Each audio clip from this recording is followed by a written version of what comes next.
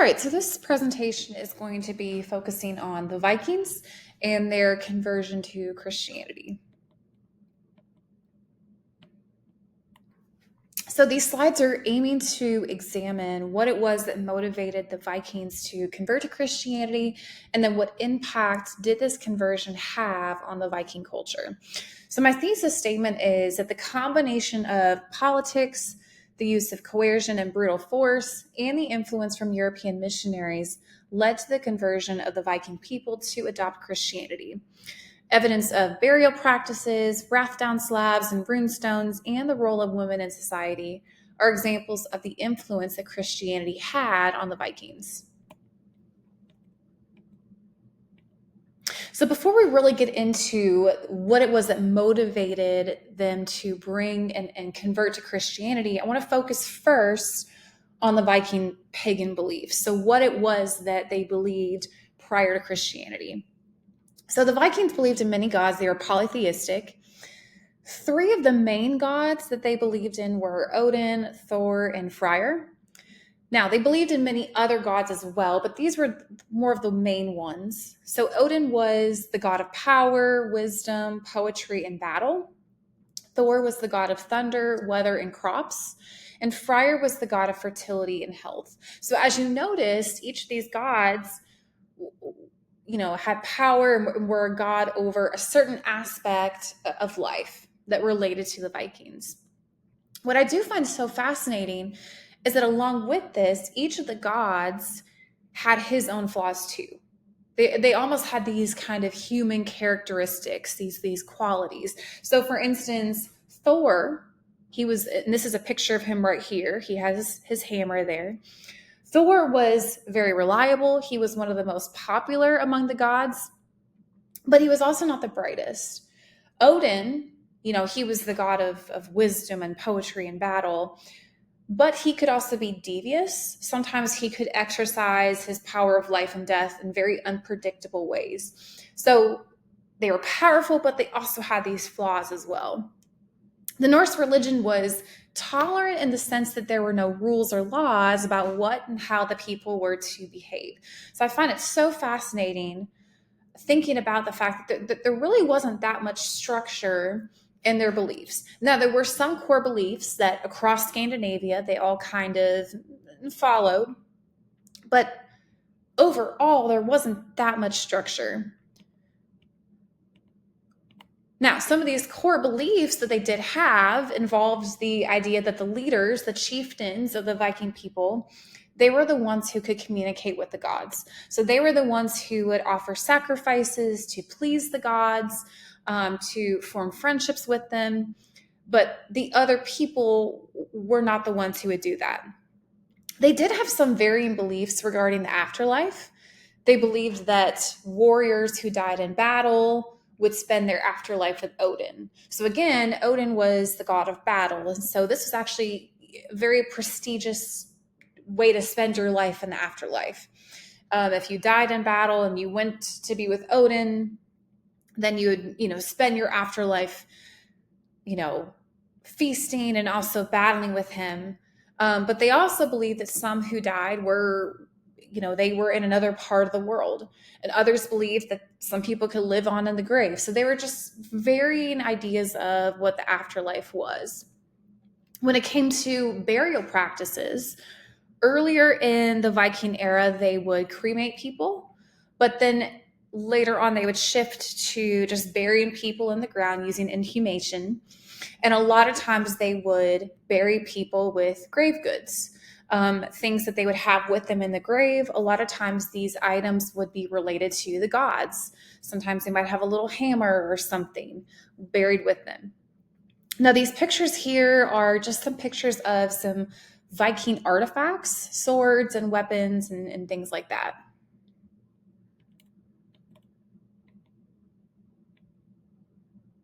So when it came to rituals, they did have these fixed rituals. Those were the core of the Norse religion.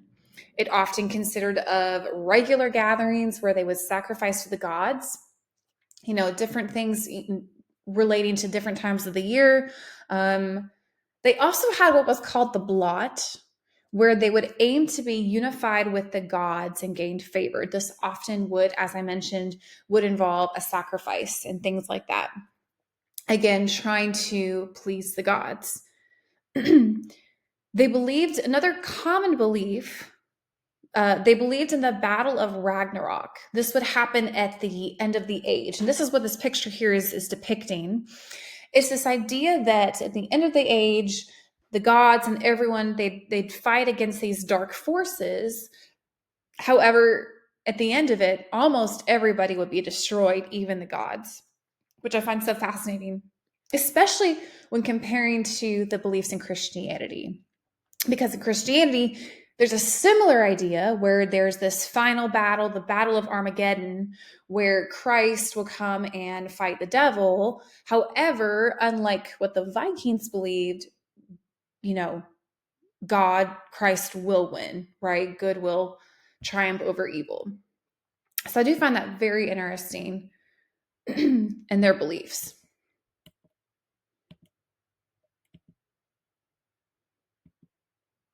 Okay, so now that we have this background knowledge of what it was that the Vikings believed prior to Christianity, I want to talk about what it was that motivated them to convert. One of the main motivators to, bring Christianity to Scandinavia had to do with politics. So at the time of the Viking Age, no ideology was more prestigious than the Christian religion. So by this time, especially later in the Viking Age, a lot of Europe had already converted to Christianity. A lot of them were following the Catholic faith, and it was seen as very, very prestigious. So it was the kings of Scandinavia who had a large influence in bringing Christianity to Scandinavia. So because of this, the process of Christianization happened from the top down. So the question is, why Christianity, right? Why bring that over to the Viking culture? Well, the reason is because the church legitimized the king's claim to power, and the church administration could be controlled by the kings and used as a role model for their own administration. So essentially, in the Viking religious beliefs before Christianity, again, as I said, there was not that much structure. And because there wasn't that much structure, there also wasn't, as secure of a way for the leaders to maintain their position of authority. However, in Christianity, specifically in Catholicism, there is a very strong, rigid hierarchy. And because of that, they knew that if they adopted Christianity, it would allow them to maintain, secure their power, their authority. Right? During this time, there was no separation of church and state. So the king was the head of the church, and he was the head of essentially everything. There was not much limit to the power of the king. And so that's why they wanted to bring that over. They could use the administration of the church as a way to administrate the country. And social elites saw Christianity as a route to secure their rank, to keep themselves distinguished from the lower ranks. They could also maintain their social status.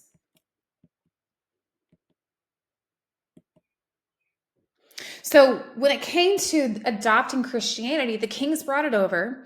Again, it was a top-down process. So the Norse kings would require the observance of Christianity. So the kings and chieftains, they would be baptized first. They would outwardly show they were adopting Christianity, and then often the rest would follow. Now, a lot of times they would also require this. They would not suggest it. It was a requirement. They had to adopt Christianity. So this is one of the motivators to one of the reasons why they brought Christianity to the Vikings. The second motivator or factor that led to this spread of Christianity was this use of brute force and coercion. So a lot of regions in Scandinavia were forced to adopt Christianity as their religion. An example of this is Bishop Absalon of Denmark. And this is his picture. This is actually a statue of him in Denmark. So Absalom was one of the most prominent leaders of the Christianized Viking warfare who attacked the Wendish people out of revenge for their raids in years past. So he grew up in Denmark, and a lot of times his country had been pillaged, raided, plundered by the Wendish people. And so, of course, he wants to get revenge on them. So he decides to go and raid the Wendish people. And in this process, he also kind of, decides to spread Christianity in this process. He destroys their temples and their idols or their pagan gods, because by this point, the Wendish people, they still practiced paganism. They were not Christian. So his men continued to plunder the Wendish people until they agreed to pay tribute, accept baptism, and convert to Christianity. So whether they wanted to or not, they were required to adopt Christianity as their religion. And this picture right here, this is a picture of a pagan temple that would have been in Norway. And I believe this temple was for the gods of Odin and Thor. So this is just an example of what some of those temples may have looked like, which I think that's pretty neat to see. Now, the third way that Christianity was brought over, the third motivator to bring Christianity over to the Vikings would have been European missionaries. So at this time, the Vikings did raid a lot of countries. They were a huge threat to many Europeans. They were great warriors. And so Europeans thought that the Vikings' conversion to Christianity might be a better alternative route to peace. They thought, okay, if we can convert them to Christianity, maybe they won't be as much of a threat. Maybe they'll stop raiding us. Maybe because we have the same beliefs. So the first Christian mission was around 710. The English Archbishop Willibrord was met with the harsh Danish king. So he goes over there, good intentions. He's going to try and spread Christianity. And of course, the people over in Denmark are not willing to hear it. They don't want to hear it. They're not receptive. So the Archbishop leaves. He goes back to England. He returns later with 30 boys trained to teach Christianity to the Vikings. Now, again, the people were not really receptive to this. They didn't really want to hear it. But you can believe that there possibly were some seeds that were planted. So these ideas of Christianity were planted at somehow, some way. They at least knew somewhat about it from this. Another guy who actually would be the king of Norway, Olaf Tryggvason. He was a warrior who had fought in England and other countries, and he decided to be the first to bring Christianity to his fatherland in Norway. So he traveled. Again, a lot of Europe already converted to Christianity at this point. And so by this point, as he's fighting over there, he decides to convert. He converts to Christianity, and he goes back. He eventually becomes the king of Norway, and he requires the observance of Christianity. Now, again, this was more of force. A lot of people did not want to follow Christianity. Maybe they did on the outside, but it wasn't necessarily an inward conversion. So it didn't really take. Now, we also have Olaf Haraldsson, coincidentally, another Olaf. He would also be named Saint Olaf, who would also become king of Norway later on. He is renowned in the sagas as a champion of Christianity. So just like the first Olaf, he also was a warrior. He fought in England, and he adopted Christianity from his travels. So again, he's encountering all of these Christian people or Christian practices, and he decides to convert, and he decides to bring bishops and priests with him from England to go and evangelize in Norway, but also in Sweden and other islands around them. And this is a statue of Olaf, Saint Olaf. So those were the motivating factors that led to the conversion to Christianity. Now, some of the cultural changes from this conversion, from this, adoption of Christianity, one of the first things that we can see is changes in burial practices. So again, as I mentioned earlier, a lot of, in the early Viking history, they would use cremation. And then as most likely from Christianity starting to be brought over, they started to practice inhumation more often, where people were buried in the grave. I mentioned that often they were buried with grave goods.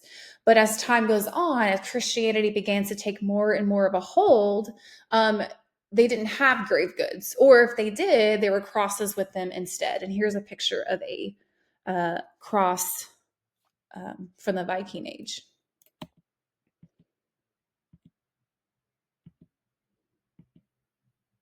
Another example of cultural changes can be seen in what we call the Rathdown slabs and runestones.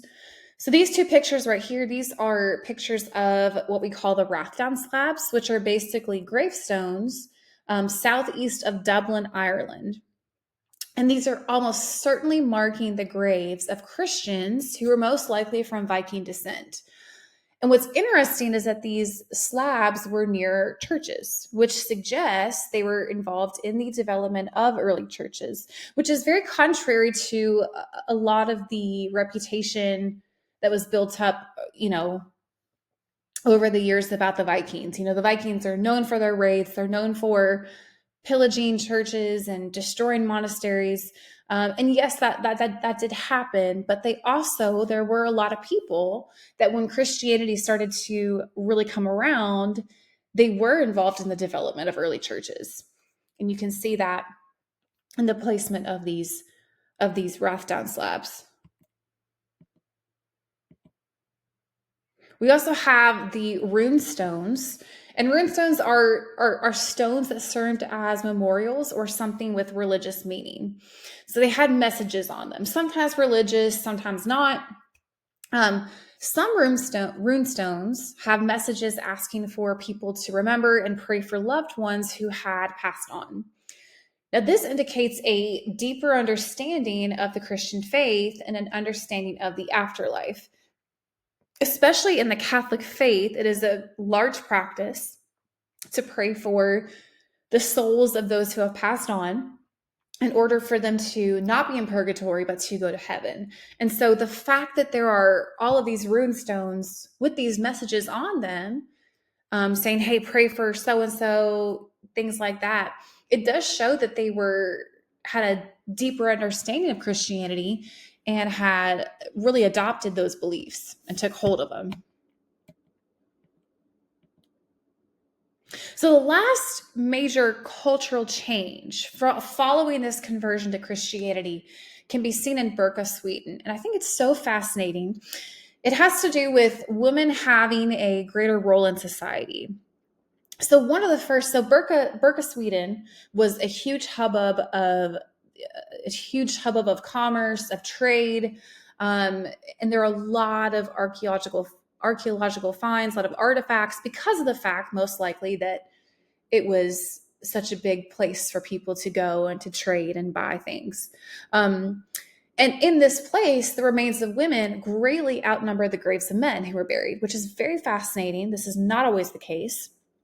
And so there's a suggestion from this evidence that it was from these early missionary travels to Burka that may have led to more women being in society. There is a belief that the Vikings possibly practiced female infanticide, killing off these female newborns. But the fact that there are more females found who had been buried suggests that maybe from these Christian ideas, Christianity promotes this idea that, it emphasizes the importance of human life, that every life has meaning. And so there's this suggestion that, from this Christian ideas, that they may have prohibited that. There's also evidence that women had a larger role in their society, most likely due to this new observance of Christianity. So what I mean by that is there were a lot of rune stones who were commissioned by women to pray for those who had passed on, to pray for their souls. Again, exhibiting understanding of Christian beliefs, right? So that they wouldn't be in purgatory, they could go to heaven, things like that. So very interesting to think about just the fact that women played a larger role, specifically with the church and things like that. So again, a lot of this would most likely go back to the influence of Christian ideas. And this picture right here is actually a burial site in Sweden, which is very interesting. So overall, there were many factors that combined together that led to the shift and conversion to Christianity. So together, politics, coercion, and influence from European missionaries led to the shift and eventual conversion of the Vikings from their pagan beliefs to Christianity. The shift in burial rituals, messages on runestones and other gravestones, and the role women had in Viking culture demonstrate the influence and changes that resulted from this shift in religion. And here are my sources.